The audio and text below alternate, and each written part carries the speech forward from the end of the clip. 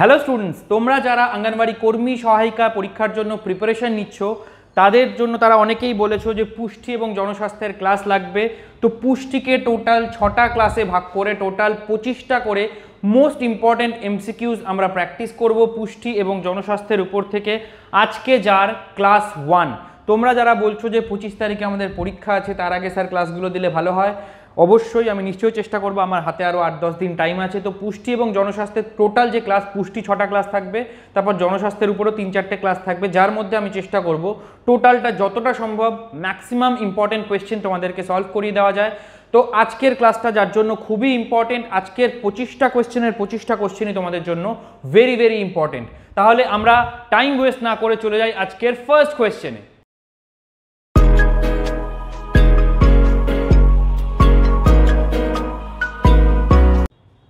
নিম্নলিখিত ভিটামিনগুলির মধ্যে কোনটি জলে দ্রবণীয়? লাস্ট ইয়ারের যে অঙ্গনওয়াড়ি কর্মী সহায়িকার পরীক্ষা হয়েছে বিভিন্ন জায়গায়, সেখানে কিন্তু আমরা দেখেছি যে কোনটি জলে দ্রবণীয়, কোনটি ফ্যাটে দ্রবণীয়, এরকম টাইপের কোয়েশ্চেন কিন্তু বহু এসেছে। তো সেই জায়গা থেকে দাঁড়িয়ে এটা আমাদের মনে রাখাটা খুব ইম্পর্টেন্ট। তাহলে কি কি হবে? এর মধ্যে থেকে কোন ভিটামিনটি জলে দ্রবণীয়? Vitamin A, vitamin C, vitamin D এবং ভিটামিন ই। এর মধ্যে থেকে জলে দ্রবণীয় ভিটামিন হলো ভিটামিন সি। তো আর কি ভিটামিন জলে দ্রবণীয়? সেক্ষেত্রে মাথায় রাখতে হবে ভিটামিন সি এবং ভিটামিন বি কমপ্লেক্স, যার মধ্যে থেকে 1, 2 অর্থাৎ ভিটামিন বি1, বি2, বি3, বি5, বি6, বি7, বি9 এবং বি12 হলো জলে দ্রবণীয় ভিটামিন। ঠিক আছে, এই জায়গা থেকে আমরা জিনিসটা মনে রাখতে পারবো। চলে যাই আমরা নেক্সট কোয়েশ্চেনে। নিম্নলিখিত কোন ভিটামিনটি ফ্যাটে দ্রবীভূত হয়? নিম্নলিখিত কোন ভিটামিনটি ফ্যাটে দ্রবীভূত হয়? অলরেডি আমরা বেশ কিছু জিনিস দেখে আসলাম আগের কোশ্চেনের মধ্যে, সেখান থেকে আমরা এটা অ্যান্সার করতে পারবো, বাট দুটোই আমাদেরকে মনে রাখতে হবে, বা যে কোনো একটা আমরা মনে রাখবো, তার মানে বাদ বাকিগুলো নিশ্চয়ই ফ্যাটে দ্রবীভূত হয়।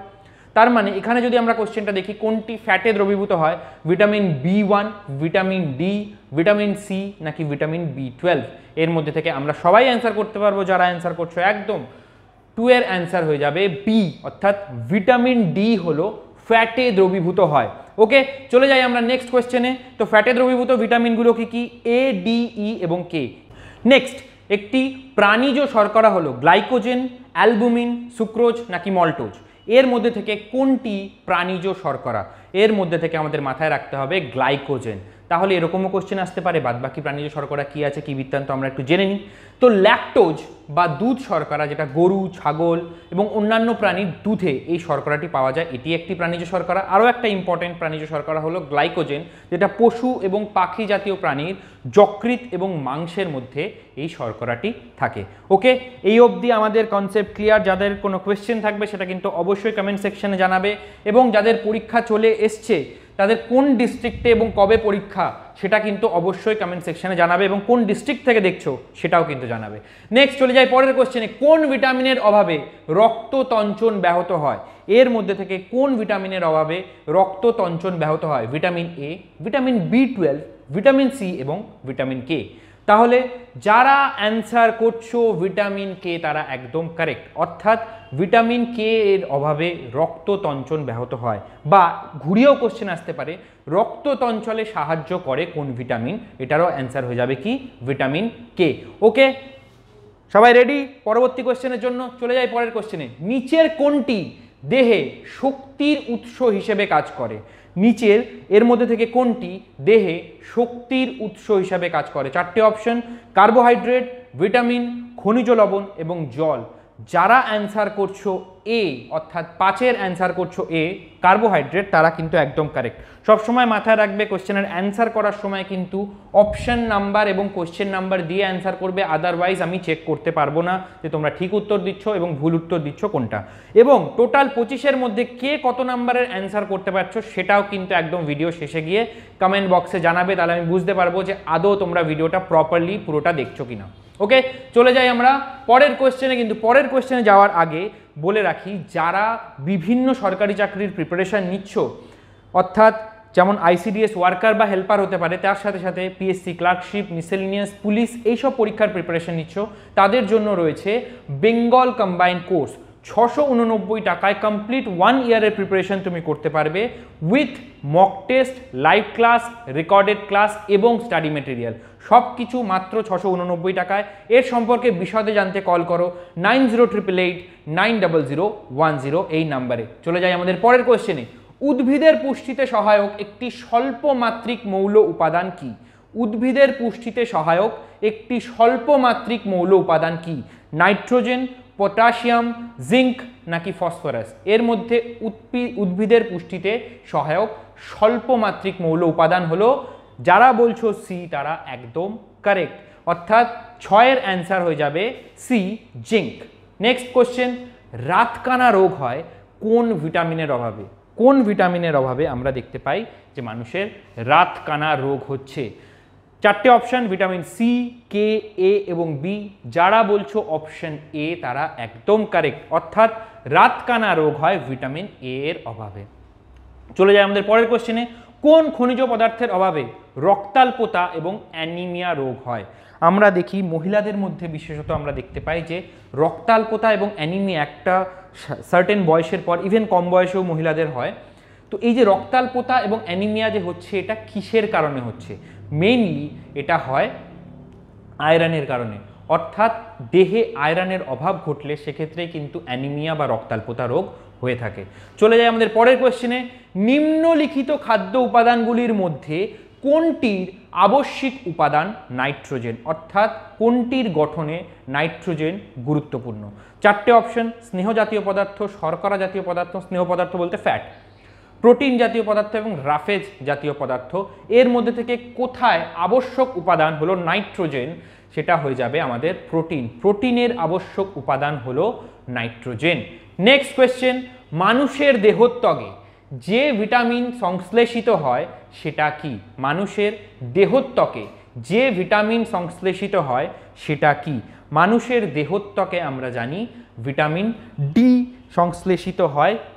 কেমন? সূর্যরশ্মির প্রভাবে আমাদের দেহত্বকের উপর থেকে এই ভিটামিন ডি সংশ্লেষিত হয়, অর্থাৎ আমাদের দেহের মধ্যে অবস্থান করছে, শুধু একটা অনুঘটকের দরকার, সেটা হচ্ছে সূর্যের আলো বা সূর্যরশ্মি।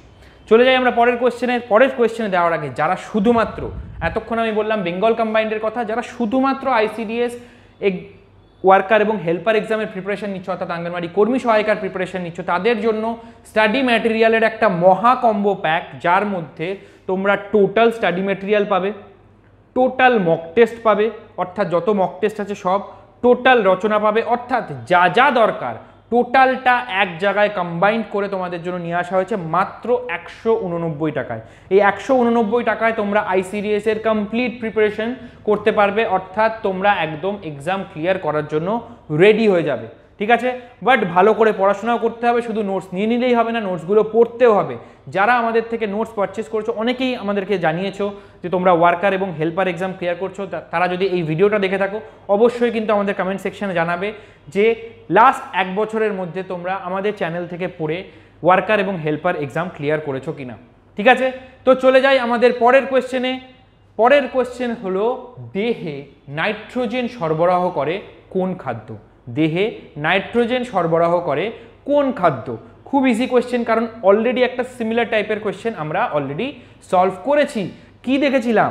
যে নাইট্রোজেন হলো প্রোটিনের মেইন উপাদান, প্রোটিনের মেইন উপাদান হলো নাইট্রোজেন। তার মানে দেহে নাইট্রোজেন সরবরাহের ক্ষেত্রেও নিশ্চয়ই এই প্রোটিনেরই ভূমিকা থাকবে, অর্থাৎ একই কোয়েশ্চেন একটু এদিক ওদিক করে ঘুরিয়ে দিতে পারে, সেগুলো কিন্তু আমাদের বুঝে নিতে হবে। যার জন্যই আমি টোটালি 150টা কোয়েশ্চেনের সেট বানিয়েছি, যাতে তোমাদের পুরো জিনিসটা কভার হয়ে যায়। নেক্সট, ভিলাই কোথায় অবস্থিত? ভিলাই কোথায় অবস্থিত? 4টে অপশন দেখো, বৃক্কে, মুহগহ্বরে, ফুসফুসে এবং ক্ষুদ্রান্তে। কোথায় এর মধ্যে থেকে ভিলাই অবস্থিত? যারা অ্যান্সার করছো 12 নম্বর কোয়েশ্চেনের অ্যান্সার ডি, তারা একদম কারেক্ট। ক্ষুদ্রান্তে বিভিন্ন খাদ্যবস্তুর ভেঙে যাওয়ার পর সেইগুলোকে শোষণ করতে হচ্ছে এই ভিলাই সাহায্য করে। এটা দেখতে অনেকটা আঙুলের মতন হয়। ঠিক আছে, ক্ষুদ্রান্তের ভেতরের পৃষ্ঠে এরকম আঙুলের মতন কিছু, এরকম ভিতরের অংশে এরকম আঙুলের মতন কিছু অবস্থান করে, যেগুলো খাদ্যবস্তু শোষণে সাহায্য করে, সেটাই হচ্ছে ভিলাই। তার মানে এখান থেকে আমরা একটা জিনিস আরও শিখে গেলাম কি, ক্ষুদ্রান্তে খাদ্যবস্তু শোষিত হয়।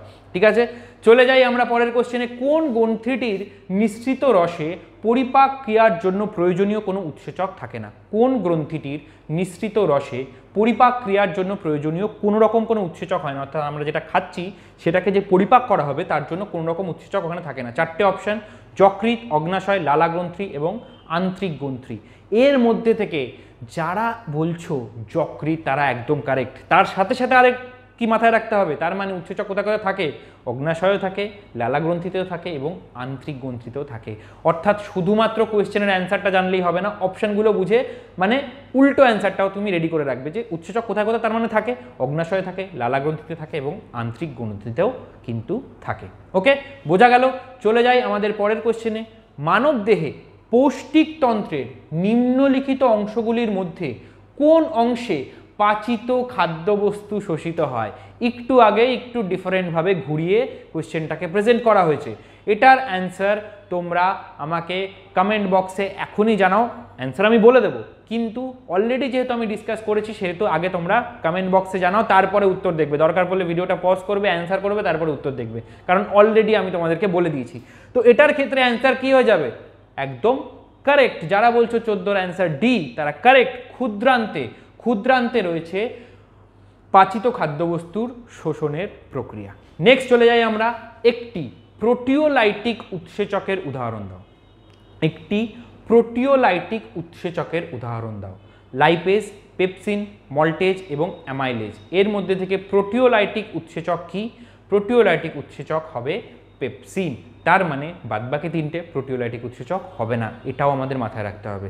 ওকে, কারো কোনো কোয়েশ্চেন থাকলে পরে অবশ্যই কমেন্ট সেকশনে জানাবে। আমি যতটা সম্ভব চেষ্টা করি, তোমাদের অনেক কমেন্টস থাকে, সব কটার উত্তর দিয়ে উঠতে পারি না, বাট চেষ্টা করি তোমাদের সব কটা কমেন্টসের উত্তর দেওয়ার, যতটা তোমাদের কোয়ারি থাকে সেগুলোকে রিজলভ করার। তো অবশ্যই কমেন্টে জানাবে যদি কোনো সমস্যা থাকে বা যদি কোনো কোয়ারি থাকে। ওকে, কোন ভিটামিনের অভাবে মানুষের স্কারভি রোগ হয়? খুব ইজি কোয়েশ্চেন। কোন ভিটামিনের অভাবে মানুষের স্কারভি রোগ হয়? চারটে option: vitamin A, vitamin C, vitamin D এবং ভিটামিন ই। এর মধ্যে থেকে স্কারভি রোগ হয় আমরা সবাই জানি, একদম কারেক্ট। 16 অ্যান্সার হয়ে যাবে বি, অর্থাৎ ভিটামিন সি এর অভাবে মানুষের স্কারভি রোগ হয়। নেক্সট কোশ্চেন একটা দেখি। লাইকেন এক ধরনের কিরকম উদ্ভিদ? অর্থাৎ লাইকেন কিরকম ধরনের উদ্ভিদ? লাইকেন পরজীবী উদ্ভিদ, স্বভোজী উদ্ভিদ, মৃতজীবী উদ্ভিদ নাকি মিথজীবী উদ্ভিদ? এর মধ্যে থেকে লাইকেন কোন ধরনের উদ্ভিদ? চারটে অপশন। যারা বলছো 17 অ্যান্সার ডি তারা একদম কারেক্ট, অর্থাৎ লাইকেন হলো এক ধরনের মিথজীবী উদ্ভিদ। তোমরা অবশ্যই কমেন্ট সেকশনে জানাও যে মিথজীবী উদ্ভিদের বৈশিষ্ট্য কি, অর্থাৎ মিথজীবী উদ্ভিদ কোনো উদ্ভিদকে আমি কখন বলবো, তখন এটাকে আমি লাইকেনকে যে মিথজীবী উদ্ভিদ বলছি সেই মিথজীবী উদ্ভিদ কাকে বলবো আমরা, ঠিক আছে? সেটা অবশ্যই কমেন্ট সেকশনে জানাবে। চলে যাই পরের কোশ্চেনে। এ ভিটামিনের উৎস, অর্থাৎ ভিটামিন এ এর উৎস কি এই চারটের মধ্যে থেকে? দেখো, অনেক কিছু খাবার দাবারের মধ্যে থাকতে পারে যেটার মধ্যে অল্প স্বল্প পরিমাণে থাকতে পারে, সবসময় ফোকাস করবে যে যেটার মধ্যে সব থেকে বেশি পরিমাণে থাকবে, ঠিক আছে? তো ভিটামিন এর উৎস এর মধ্যে থেকে চারটের মধ্যে থেকে কি কি? বাঁধাকপি, গাজর, মূলো এবং পুঁই শাক। এর মধ্যে থেকে কোথায় ভিটামিন এ সব থেকে বেশি পরিমাণে আছে? কোথায়? গাজরে ভিটামিন এ সব থেকে বেশি পরিমাণে থাকে এই চারটের মধ্যে থেকে। নেক্সট, শিশুদের রিকেট রোগ প্রতিরোধ করে। শিশুদের রিকেট রোগ প্রতিরোধ করে, দেখবে পাগুলো এরকম বেঁকে যায় বা সরু সরু হয়ে যায়। তো শিশুদের এই রিকেট রোগ প্রতিরোধ করে কোন ভিটামিন? ভিটামিন ডি শিশুদের রিকেট রোগ প্রতিরোধে সাহায্য করে, যার জন্যই দেখবে ছোটোবেলায় যদি কোনো বাচ্চা জন্ডিস হয় বা কোনো শারীরিকভাবে সে দুর্বল থাকে, তাকে নর্মালি কী করা হয়? তেল মাখিয়ে তাকে রোদে ফেলে রাখা হয়, যাতে তার শরীরে ভিটামিন ডি প্রপারলি সে পায়, ঠিক আছে? এটাই হচ্ছে কারণ। দেখবে আমাদের মা ঠাকুমারা বলতো না, বাচ্চাদেরকে তেল মাখিয়ে রোদে ফেলে রাখো, রোদে ঘুরতে দাও, তাহলে তার শরীরে ভিটামিন ডি আসবে। দেখো, আমরা আমাদের কালচারকে অনেকটা পিছিয়ে পড়া ভাবি, কিন্তু আমরা এই জিনিসগুলো অনেক আগে থেকে দেখে রেখেছি এবং আগে থেকে ভেবে রেখেছি, যার কারণে কিন্তু আমাদের আগেকার দিনের যে বাচ্চাদের শারীরিক অসুস্থতা অপেক্ষাকৃত কম হতো, এখনকার দিনের বাচ্চাদের অনেক বেশি হয়। ওকে, চলে যাই পরের কোশ্চেনে। নিম্নলিখিত কোন অঙ্গের অনুপস্থিতিতে শোষণ ক্রিয়াটি ঘটবে না? একই কোশ্চেন, অর্থাৎ খাদ্যের শোষণ ঘটবে না কোন অঙ্গের অনুপস্থিতিতে? সহজ কোশ্চেন, খুব সহজ। মুখবিবর, গ্রাসনালী, পাকস্থলী, ক্ষুদ্রান্ত। এই 20 নম্বর কোয়েশ্চেনের অ্যান্সার আমি তোমাদেরকে বলবো না, এটা তোমরা কমেন্ট সেকশনেই জানাবে, কারণ অলরেডি এই রিলেটেড কোয়েশ্চেন আমরা ঘুরিয়ে পেঁচিয়ে সলভ করে এসেছি। তো এটার অ্যান্সার আমি বলবো না, তোমরা কমেন্ট সেকশনে জানাবে, আমি পরে তোমাদের কমেন্ট দেখে বলে দেবো যে ঠিক বলছো না ভুল বলছো। তো 20 নম্বর কোয়েশ্চেনের অ্যান্সার তোমরা কমেন্ট সেকশনে জানাবে। নেক্সট, কোন খনিজের অভাবে রিকেট রোগ হয়? কোন খনিজের অভাবে, কোশ্চেনটা বুঝবে, ভিটামিন বলা হয়নি, কোন খনিজের অভাবে রিকেট রোগ হয়? ম্যাগনেসিয়াম, পটাশিয়াম, ক্যালসিয়াম নাকি লোহা? এর মধ্যে থেকে কোন খনিজের অভাব শরীরে ঘটলে পরে রিকেট রোগ হয়ে থাকে? যারা অ্যান্সার বলছো 21 সি, তারা একদম কারেক্ট, অর্থাৎ রিকেট রোগ ক্যালসিয়ামের অভাবে হয়ে থাকে। চলে যাই তোমাদের পরের কোয়েশ্চেনে। ফ্যাট জাতীয় খাদ্যের উৎস হলো, এর মধ্যে থেকে দেখো সবসময় বলেছি কি ফ্যাট সামান্য পরিমাণে অন্য কোথাও থাকতেও পারে, কিন্তু সব থেকে বেশি পরিমাণে কোথায় আছে সেই অনুযায়ী আমরা অ্যান্সার করবো। তো ফ্যাট জাতীয় খাদ্যের উৎস হলো 4টে অপশন, মটর, বাদাম, সয়াবিন এবং গাজর। এর মধ্যে থেকে যদি দেখা হয় সয়াবিনেও কিছু পরিমাণ ফ্যাট থাকে না বলছি না, বাট এখানে অ্যান্সার হয়ে যাবে কি বাদাম। এই যে বাদাম যে আমরা খাই না, বাদামের মধ্যে প্রায় 80% ফ্যাট থাকে। দেখে ওরকম শুকনো শুকনো লাগতে পারে বাদামগুলোকে, কিন্তু ওই বাদামের মধ্যে 80% থাকে ফ্যাট। ওকে, তাহলে ফ্যাট জাতীয় খাদ্যের উৎস হলো বাদাম। যারা আমাদের প্রতিষ্ঠা চ্যানেলটা ফলো করো তারা জানো অলরেডি আমাদের প্রতিষ্ঠা নামক একটা অ্যাপ রয়েছে। এই অ্যাপটা তোমরা ডাউনলোড করলে পরে অনেক রকমের ফ্রি টেস্ট তোমরা পেতে পারো। ফ্রি টেস্ট ওখানে অলরেডি ইতিহাসের, ভূগোলের বিভিন্ন সাবজেক্টের ফ্রি টেস্ট দেওয়া আছে। এই অ্যাপ ডাউনলোড করেই তোমরা আমাদের কোর্সগুলোকেও পারচেস করতে পারো। যদি কোর্স পারচেস নাও করো সেক্ষেত্রেও কিন্তু ফ্রি টেস্ট তোমরা কমপ্লিটলি ফ্রিলি দিতে পারবে। অর্থাৎ প্রতিষ্ঠা অ্যাপটা ডাউনলোড করে নেবে, গুগল প্লে স্টোরে যাবে, প্রতিষ্ঠা লিখে সার্চ করবে, এই লোগো আমাদের লোগো তোমরা অবশ্যই চেনো নিশ্চয়ই সবাই। তো এই লোগো অনুযায়ী তোমরা অ্যাপটা ডাউনলোড করে কিন্তু ফ্রি টেস্টগুলো দিতে পারবে এবং চাইলে তোমরা কোর্সগুলোকেও পারচেস করতে পারো। চলে যাই পরের কোয়েশ্চেনে। নিচের কোন রোগটি ভিটামিন ই এর অভাবে হয়? রাতকানা, বন্ধ্যাত্ব, রিকেট, স্কারভি। নিচের কোন রোগটি ভিটামিন ই এর অভাবে হয়? এর মধ্যে থেকে ভিটামিন ই এর অভাবে কোন রোগ হয়? যারা বলছো বি বন্ধ্যাত্ব তারা একদম কারেক্ট, অর্থাৎ ভিটামিন ই এর অভাবে বন্ধ্যাত্ব রোগ হয়। চলে যাই আজকের 24 নম্বর কোয়েশ্চেনে। যে উদ্ভিদটি পুষ্টির জন্য পতঙ্গদের দেহ থেকে নাইট্রোজেন গ্রহণ করে, অর্থাৎ নর্মালি উদ্ভিদ কি করে মাটি থেকে খনিজ অবস্থায় নাইট্রোজেন গ্রহণ করে, এমন কোন কোন উদ্ভিদ আছে যারা ডাইরেক্টলি কোনো পতঙ্গ ধরে তার শরীর থেকে নাইট্রোজেন গ্রহণ করছে? এর মধ্যে থেকে কে কে আছে? মটর, আম, কলসপত্রী নাকি লাইকেন? এর মধ্যে থেকে যে উদ্ভিদটি পতঙ্গদের শরীর থেকে নাইট্রোজেন সংগ্রহ করে তাদেরকে বলা হয় কলসপত্রী উদ্ভিদ। কীরকম দেখতে হয়? এরকম কলসির মতন দেখতে হয়, ঠিক আছে। এবার এখানে কি হয়, এইখানটা ওরা খুব পতঙ্গদের জন্য খুব অ্যাট্রাকটিভ বানিয়ে রাখে, ঠিক আছে, দেখতে খুব সুন্দর লাগে। এবার পতঙ্গটা যেই গিয়ে এখানে বসবে ও কি করবে, ঝাপ করে ওখানে একটা ঢাকনা আছে, ঝাপ আছে, ঝাপটা ফেলে দেবে, ওকে ধরে নিল, ঠিক আছে। বা এখানেও ইভেন যে আঠালো পদার্থ থাকে তার মধ্যে পতঙ্গগুলো আটকে যায়, ওখান থেকে আর বেরাতে পারে না, ওখান থেকে ওদের শরীর থেকে ওরা নাইট্রোজেন গ্রহণ করে নেয়। চলে আসি আজকের লাস্ট কোয়েশ্চেনে। লাস্ট কোয়েশ্চেনে আসার আগে বলে দিই, যারা যতগুলো কোয়েশ্চেনের অ্যান্সার করে থাকবে তারা কিন্তু অবশ্যই জানাবে যে 25-এর মধ্যে তারা কত স্কোর করলে। আমরা একটু কম্পিটিটিভ থাকলে পরে কিন্তু প্রিপারেশন করতেও আমাদের একটু মজা লাগবে। আজকে হয়তো সলভ করতে গিয়ে আমি 25টার মধ্যে 10টা পারলাম, পরের দিন হয়তো 15টা পারলাম, তারপরের দিন হয়তো 20টা পারলাম, হতেই পারে। তো ধীরে ধীরে আমাদের প্রিপারেশন স্ট্রং হতে থাকবে যদি আমরা কন্টিনিউয়াস বেসিসে এরকম প্র্যাকটিস করি। তো মানব দেহে ইউরিয়া উৎপন্ন হয় কোথায়? বৃক্ক, পাকস্থলিতে, যকৃতে নাকি ফুসফুসে? এই 4টে অপশন মানব দেহে, এর মধ্যে থেকে ইউরিয়া কোথায় উৎপন্ন হয়? যারা বলছো যকৃতে তারা একদম কারেক্ট, অর্থাৎ ইউরিয়া উৎপন্ন হয় কোথায়? যকৃতে। ওকে, ঠিক আছে, আজকের ক্লাস তোমাদের এই পর্যন্তই ছিল। যদি ভিডিওটা ভালো লাগে অবশ্যই লাইক করে দেবে এবং আমাদের চ্যানেল যদি সাবস্ক্রাইব করে না থাকো অবশ্যই সাবস্ক্রাইব করে দেবে, কারণ আইসিডিএস ওয়ার্কার এবং হেল্পারের জন্য সবথেকে বড় চ্যানেল হচ্ছে প্রতিষ্ঠা এডুকেশন অ্যান্ড ট্রেনিং, বাংলায় সবথেকে বড় চ্যানেল, যেটা কিন্তু মেইন ফোকাস হচ্ছে আইসিডিএস ওয়ার্কার এবং হেল্পার। তো তোমাদের ভালোবাসা পেয়ে এবং তোমাদের রিকোয়ারমেন্ট অনুযায়ী আমরা ভিডিও বানাই, সেই জন্য অবশ্যই চ্যানেলটাকে সাবস্ক্রাইব করে রেখো। থ্যাংক ইউ ভেরি মাচ, দেখা হবে তোমাদের সাথে নেক্সট ভিডিওতে।